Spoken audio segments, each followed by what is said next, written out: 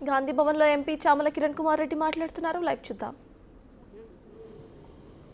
5 ఏళ్ళు బరాబర్ ఉంటారు, బరాబర్ చేస్తాం, బరాబర్ ఇచ్చినటువంటి హామీలన్నీ నెరవేర్స్తామని చెప్తున్నా. ఈ చిల్లర బల్లర రాజకీయాలు చేయొద్దు. ముఖ్యంగా బీజేపీ ఎంపీలు వారికి చిత్తశుద్ధి ఉంటే వాళ్ళు ఎట్లా మేము ప్రభుత్వంలోకి వస్తామంటారు కదా, రాండి, తప్పే ఉంది. ఇవాళ కాంగ్రెస్ వచ్చింది 10 ఏళ్ళ తర్వాత, రేపు మీరు కూడా అధికారంలోకి వస్తారు. ఎప్పుడు వస్తారు అధికారం? ఎట్టు వస్తారు? ఈ మ్యాచ్ ఫిక్సింగ్ చేసి వస్తారా? రావాలంటే మీరు పోయి ఢిల్లీలో మీ ప్రధానమంత్రిని పట్టుకొని RRRకు, ఇవాళ మెట్రోకు, ఇవాళ మూసీ ప్రక్షాళనకు, ఇవాళ పాలమూరు రంగారెడ్డి నేషనల్ ప్రాజెక్ట్ చేయడానికి మీ కృషి పెట్టండి. మీ సైడ్ తెలంగాణ ప్రజలు చూస్తారు. మ్యాచ్ ఫిక్సింగ్ రాజకీయాలు చేసి మీరు తెలంగాణలో గవర్నమెంట్ ఫామ్ చేస్తామంటే నడవదు కిషన్ రెడ్డి గారు. తెలంగాణ ప్రజలు ఈరోజు రేవంత్ రెడ్డి గారిని, కాంగ్రెస్ పార్టీని గెలిపించారు అంటే ఆ రోజు ఆయనకున్న పట్టు, ఆయన చేసినటువంటి పిసిసి ప్రెసిడెంట్గా ఆయన తీసుకున్నటువంటి కార్యక్రమాలు తెలంగాణ ప్రజలకు ఒక ఆల్టర్నేట్ లీడర్గా కనపడ్డందుకే ఈరోజు ముఖ్యమంత్రి అయింది ఆయన. మీ లెక్క చిల్లర మల్లర రాజకీయాలు చేసి మాట్లాడే మాటలలో దమ్ము లేకుండా, ముచ్చటలో వాస్తవాలు లేకుండా మాట్లాడినందుకు గాడు. ఇలా ఆయన మీద, ఇన్న కాంగ్రెస్ పార్టీ మీద మీరు ఓర్వలేక ఈ పిచ్చి నాటకాలు, పిచ్చి మాటలు, పిచ్చి డ్రామాలన్నీ చేస్తున్నారు. కాబట్టి కవితమ్మ, నేను చెప్పింది జై. కిషన్ రెడ్డి గారు, రాజాసింగ్ గారు చెప్పిన దానికి జవాబు చెప్పు. 3, తెలంగాణ ప్రజలు ఇన్ని ఓట్లేస్తే బీజేపీకి తెలంగాణలో ఉన్నటువంటి వాళ్ళ ఓట్లేసినటువంటి నాయకులలో సమర్థత కనపడకపోవడానికి కారణాలు ఏంది?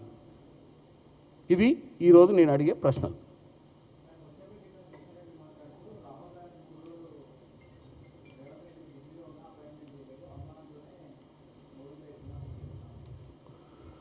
నేను అదే కిషన్ రెడ్డి గారికి చెప్తున్నా, RRRకి ఎన్ని డబ్బులు కావాలి? మెట్రో 2వ ఫేజ్కి ఎన్ని డబ్బులు కావాలి మాట్లాడాల్సినటువంటి ఒక క్యాబినెట్ హోదాలో ఉన్న మంత్రి, తెలంగాణలో ఏం అవస్థలు ఉన్నాయి, ఏం కష్టాలు ఉన్నాయి, ఏం చేయాలని నన్ను మాట్లాడాల్సిన మంత్రి రేవంత్ రెడ్డి గారు 3 రోజులు నీతి ఆయోగ్ మీటింగ్కి పోయి, రేవంత్ రెడ్డి గారు ఢిల్లీకి ఎందుకు పోయిండు మొన్న? నీతి ఆయోగ్ మీటింగ్లో వికసిత్ భారత్ 2047 పెట్టుకొని ముందుకు పోతురు కదా వాళ్ళు. మరి వికసిత్ భారత్లో మనది కూడా ఉంది కదా, మరి వీళ్ళ బాధ్యత కూడా కదా. ఇలా 5 ట్రిలియన్ ఎకనామీకి తీసుకుపోతా అని పొంకనాల మాటలు మాట్లాడుతున్న నరేంద్ర మోడీ దగ్గర పనిచేసే కిషన్ రెడ్డి క్యాబినెట్ మంత్రిగా దాని గురించి మాట్లాడాలి. కానీ రేవంత్ రెడ్డి గారు 2 రోజులు ఉండు, రాహుల్ గాంధీ, అదే సబ్జెక్ట్ ఇవాళ ఇదా మీకు ఓట్లేసి మిమ్మల్ని ఢిల్లీకి పంపించింది తెలంగాణ ప్రజలు? ఈ ముచ్చట చెప్పుకోనికేనా? ఒక ఆయన ఏమో 44 సార్లు పోయినని ఒక ఆయన ఏడుస్తాడు, నేనేమో మేము నిజంగానే పోతుంది వాస్తవమో, మేము నరేంద్ర మోడీ గారిని కలుస్తున్నాము, మంత్రుల్ని కలుస్తున్నాము, ఇదే కిషన్ రెడ్డి గారిని కలిసినాం, ఇదే బండి సంజయ్ గారిని కూడా కలిసినాం గతంలో. ఆ విషయాలు చెప్పకుండా తెలంగాణ ప్రజల్ని తప్పుతో పట్టించేటట్టు రేవంత్ రెడ్డి గారు 2 రోజులు ఆడుండు, అపాయింట్మెంట్ ఇవ్వలేదు, ఆ ముచ్చట్లు మీరు మాట్లాడుకునేది.